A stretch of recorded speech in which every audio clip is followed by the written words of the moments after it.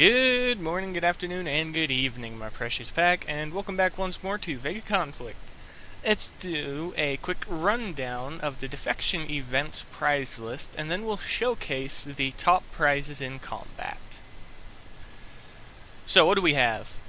We have Tatiana, the Aerico, the Myrs, the Gargoyle, Medusa, Omega Inhibitor, Daemon, Trojan, Zeus, Renaissance, Inquisitor Destroyer. That's pieces. That is most likely pieces for people to gather because that's the only way that I've ever seen them displayed. Okay. First off, we're going to start recommendations, and we're going to recommend the top items. The first being the Aerico. Second being the level 3 Pyro, the level 1, then the level 2. Because I always go for the top, the bottom, then the middle tech, because at times Kixi has failed to release certain tech and maintain it, so certain tech becomes limited, as we know with the Eclipse Driver and things like that. So I always recommend things from the highest to the lowest, because the low levels tend to show up more often than the high levels, so in this case I always recommend it that way. Next up, the Gargoyle Carrier, for anyone who doesn't have it. I don't use it very often. Well, actually, I very rarely use it ever, because most of the targets I hit are either Altarian or Pharmacon using Altarians. So the Gargoyle, in my eyes at the moment, I don't have a use for it, though it can be recommended if you need a carrier, period, because it is the only carrier in the list. Medusa Destroyer, an all-around solid destroyer with combat capabilities that can ensure that it can do more than just base. If you give it rapid-firing, fast-moving projectile weapons, it can be good versus ship combat. Give it a few stasis weapons or possibly an arrestor beam, backed up by a good long-range booster, and you can have a very serious weapon on your hands. Especially considering that you can be slowing them down, then hitting them with harder-hitting, slower-moving projectiles. And due to the ablative armor that the Medusa has, it can tank for itself, as long as you give it a good DPM to be able to maintain itself. The Omega, well, what can I say about this thing aside from, I'm a firing my laser. Sorry everybody, I had to do that. But seriously, the Omega is an interesting ship for the Pharmacon in that when it exits phase, unlike other ships that they gain rapid bonuses, it becomes much more tankier, but it effectively becomes a stationary energy cannon with a 5,000 meter maximum combat range, because it's no longer capable of moving. It is capable of rotating, but not very quickly. Overall, it's a solid ship that I can recommend picking up. The Inhibitor Battlecruiser. I have no issues with this ship at all. Everything that I've played around with it, everything that I've done with it, it's been a decent ship, and I have no issues with it aside from the fact that it's a battle cruiser. If it was a battleship or something with the twin fire arcs on one side, it would be stupidly broken. But it's Pharmacon, so it's stupidly broken to begin with, because it phases out of existence after hammering you from behind. The Daemon Battleship. What can I say about this thing other than the fact that it is still the current top class ship, just because its mixture of phasing and range allows it to just decimate whatever it's fighting, and in most cases, if you're a good enough pilot, you can take little to no repair time. Broken, right? Yeah. Trojan Cruiser. Who needs a cruiser when you just stealth away from the fight, though? At the moment, the Trojan is, unless you're using it for a rushing fleet, but then if you're using a rushing fleet, the Inhibitor Battlecruisers are literally right here. Dishes out pain much more quickly, hits harder, and in most cases it can be just as durable. So skip the Trojan. Zeus. The Altarian, unique, classless ship. What can be said about this little monster other than this? If you don't have counter ricochet, you ain't in the fight. Unless you're Pharmacon. If you're Umbra and you're supposed to counter this thing, well, good luck. You're going to have to spread your ships out and make sure they're at a distance that when you start hammering away at the Zeuses, they do not rip you to pieces through ricochet damage. Because unlike the other ships, if you use the glance cannons with this little monster, they will very, very quickly stack damage and run through your fleet. And it'll hit harder and harder as it chains, and it will tear you apart, and there is very little you can do to stop it. At least until the Aerico and the Myrs arrived. Ah, the good old trusty garbage truck. Who doesn't love it? Admit it. It came out as garbage, but now it's in a slightly better position due to its overdrives. Well, specifically the feedback. When it receives a set amount of damage over time, it can start phase hacking. Though this phase hacking is garbage now because we have the Altarian Dreadnought, the Orator, and her Zealots, and when she receives damage, she'll take 85% of your effective phase charge and just throw it away, holding you in standard space while she promptly begins to pound you into a pulp. Monstrous ship, I know. So, Renaissance? Garbage truck? No. Inquisitor Destroyer. Well, I always did love Destroyers until the Inquisitor came out with its garbage cannon. Never before have I seen a driver weapon so messed up. The ship itself is extremely good. Its overdrive is broken. No, seriously, its overdrive is broken at the moment. From my understanding, it doesn't work.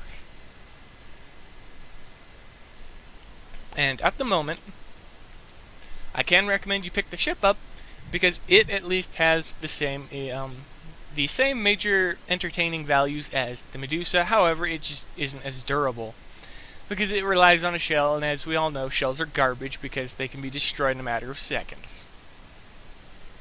Other than that, its range is great. Its damage is good at the higher mark levels, so long as you don't fit it with the lance cannons. Maybe throw an arrestor beam on it and give it an energy weapon fitting, and it can be a close support ship. Okay, mark boxes. Well, depending on what you're going for, you're going to want to pick up 5 boxes per mark. So if you want 2 Mark II ships, you need 10 boxes. But in the case of carriers, you actually need 10 boxes to make a single Mark II. It's double the value of whatever the current value for the other ships is. So 5 for one Mark II of any other ship is 10 for a carrier, and so on and so forth going up. Okay, into the weapons. What do we got? Hammer missiles. Not that bad, but against Pharmacon, they take too long to travel, and most of the time you'll reach the target after they've already entered phase. So, with the introduction of the Pharmacon carrier next month, I don't think the hammer missile is going to be a very, very useful weapon. Because it's going to be missing 90% of the time, because the Pharmacon ship is just going to enter phase and just walk away after having hammered your fleet into oblivion and takes nothing in return.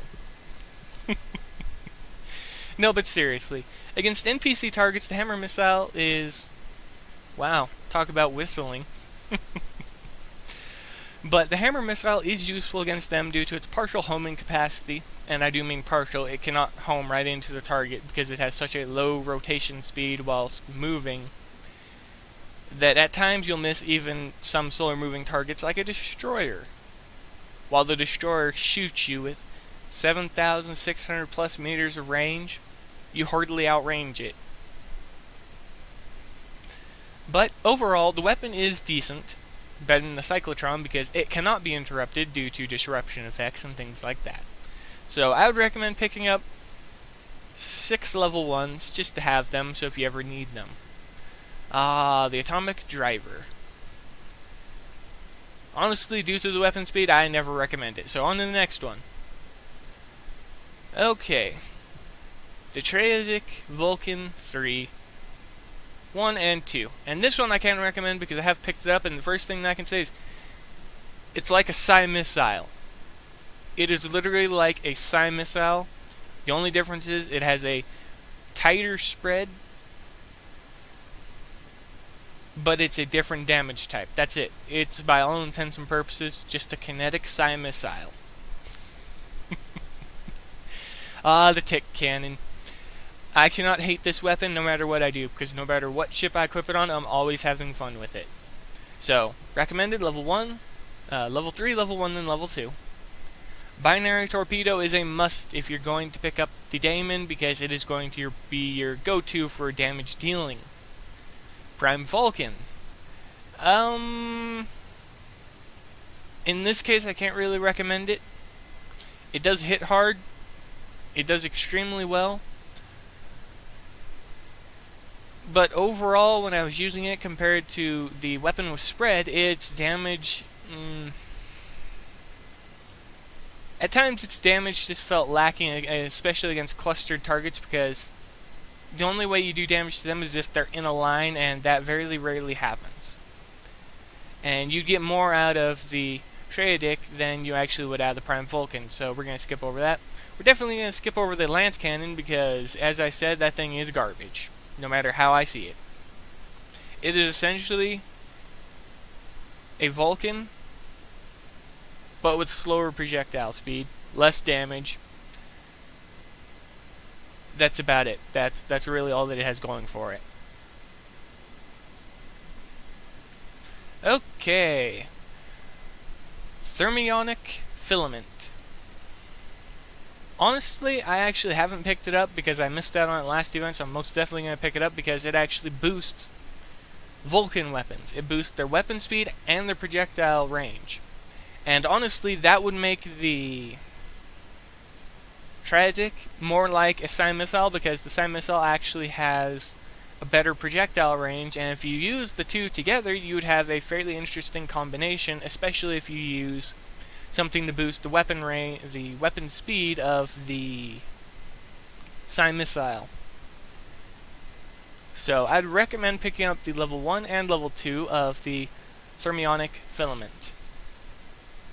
Phase Charge Relay 1 and 2, definitely. If you're going to be playing as an Altarian, a Pharmacon player, you're going to want to get into phase as quickly as possible. So, I can recommend picking this one up for both level 1 and level 2. I use level 2 on most of my Pharmacon ships nowadays, including my Dreadnought, just because the additional speed at which it charges helps you to interface just that little bit more quickly and help you escape enemy fire and things like that. Apex Impaler. There we go. Now this is how you make a good weapon.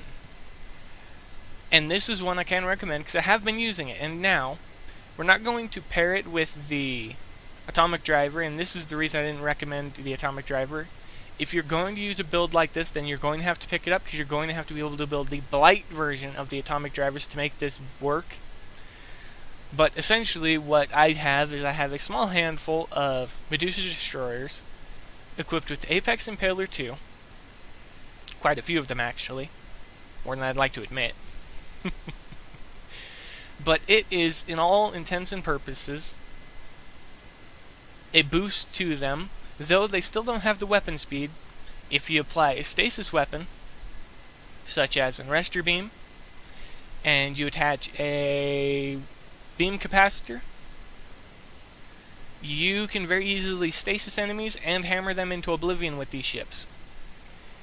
And because of the stasis, they hold them still so well and for so long, and the charge time of the beam weapon is being cut down, you can keep them held still for as much time as you need at the closer ranges. So there is the little range where you're not going to be firing the Arrestor Beam, they're going to be closing in.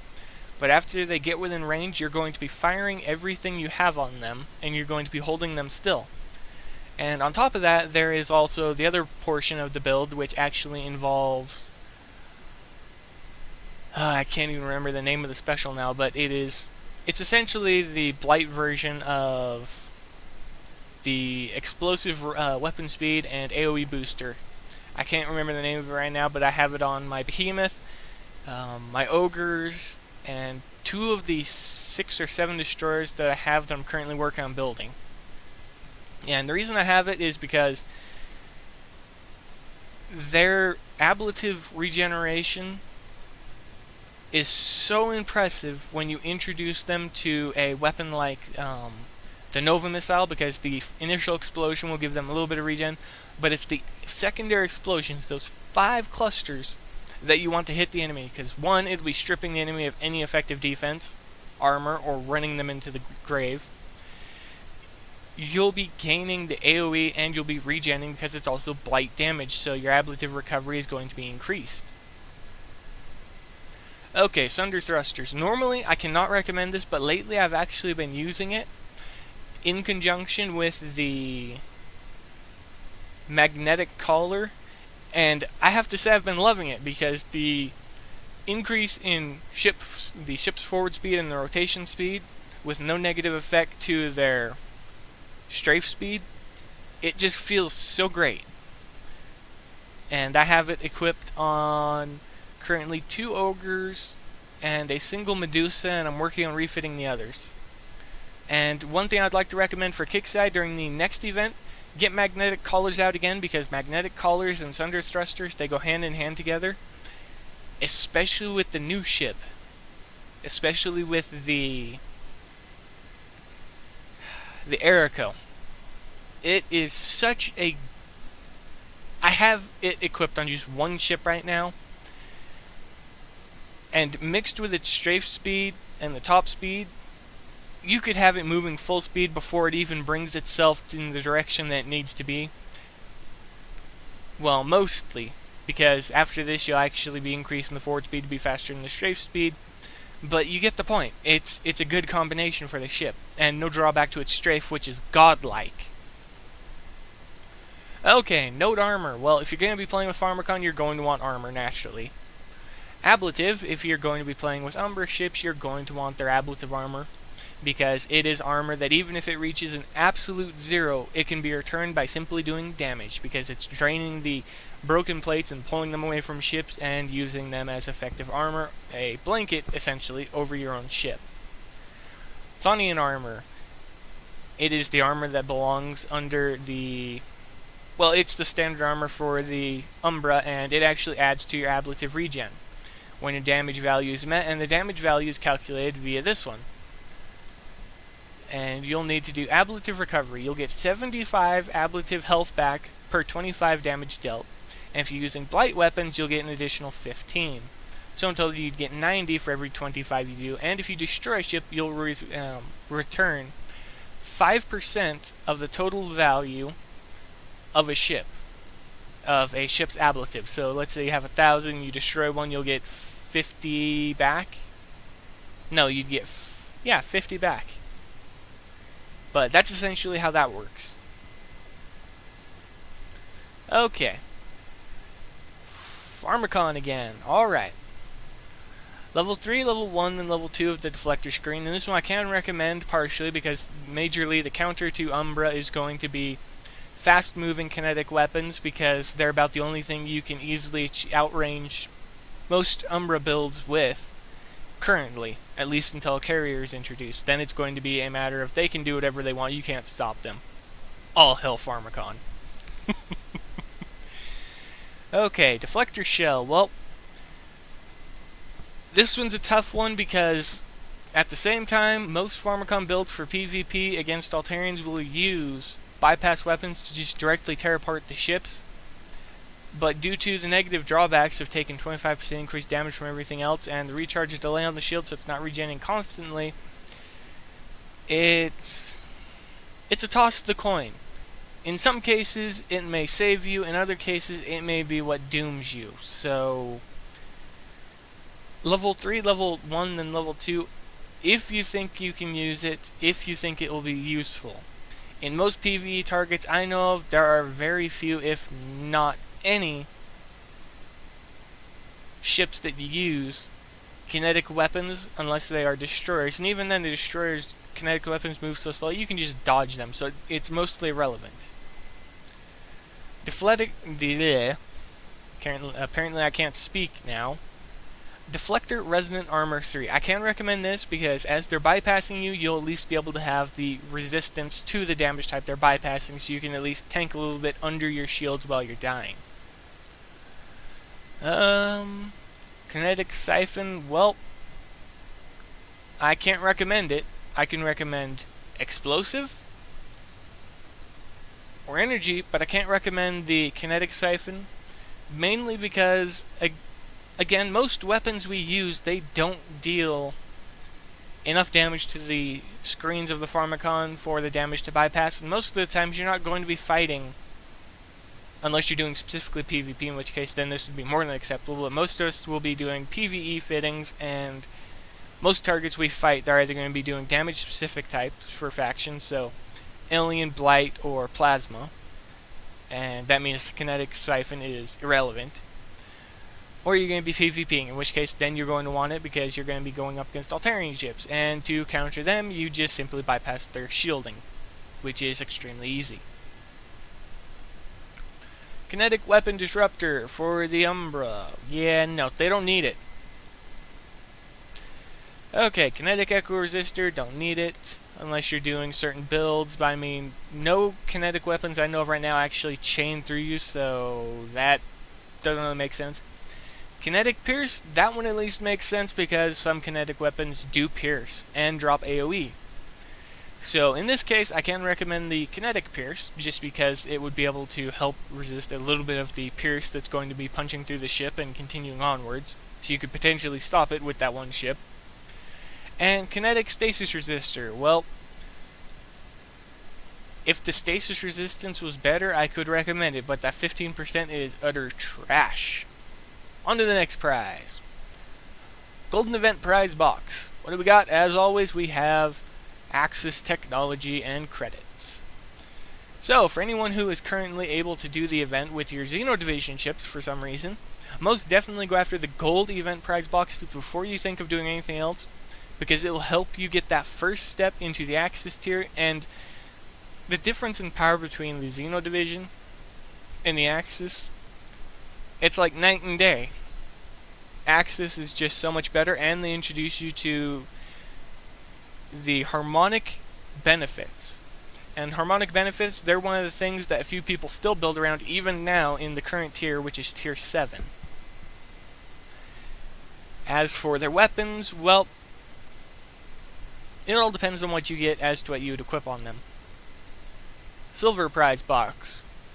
Well, I mean, if you can't get the gold prize boxes, you could go for the silver, because, I mean, it's just going to be more ships.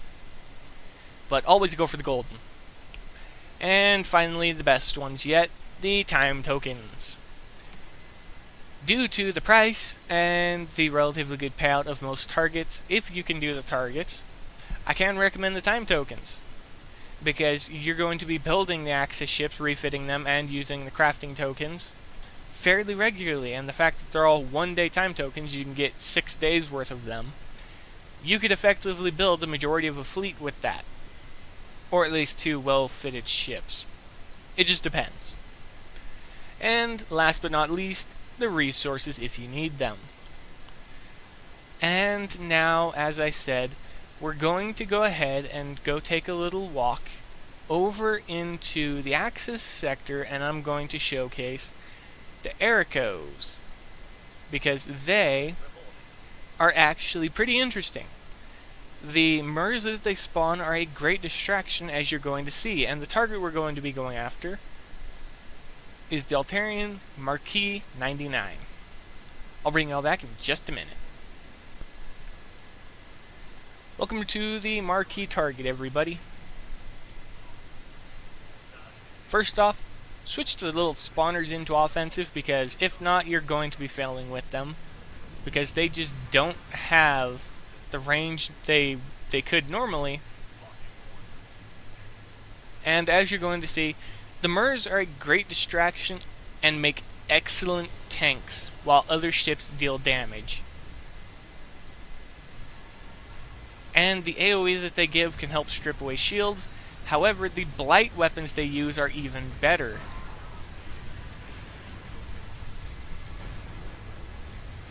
And they'll spawn blight fields, and as the Altarians go through them, they'll lose their shields, they'll take direct hull damage, they'll just lose essentially everything that they have.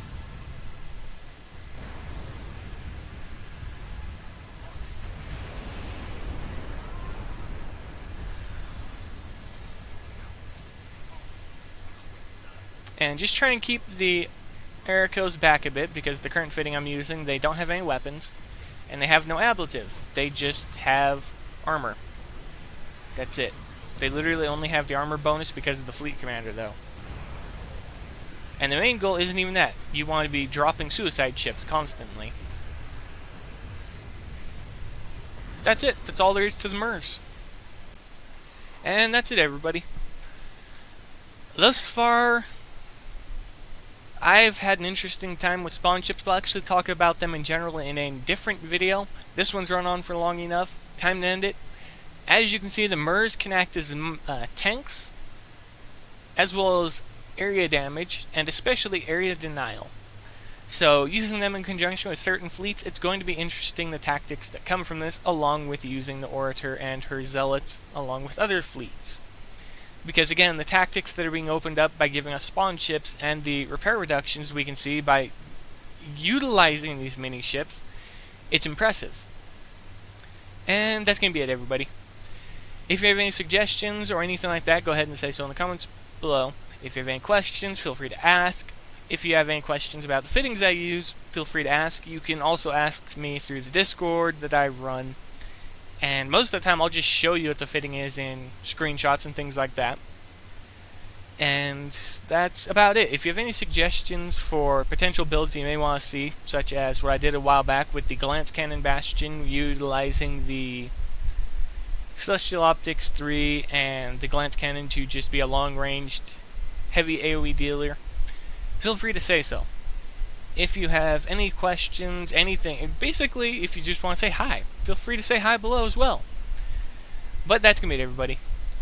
Be safe out in the void, happy hunting, and as always, I'll see you in the next video.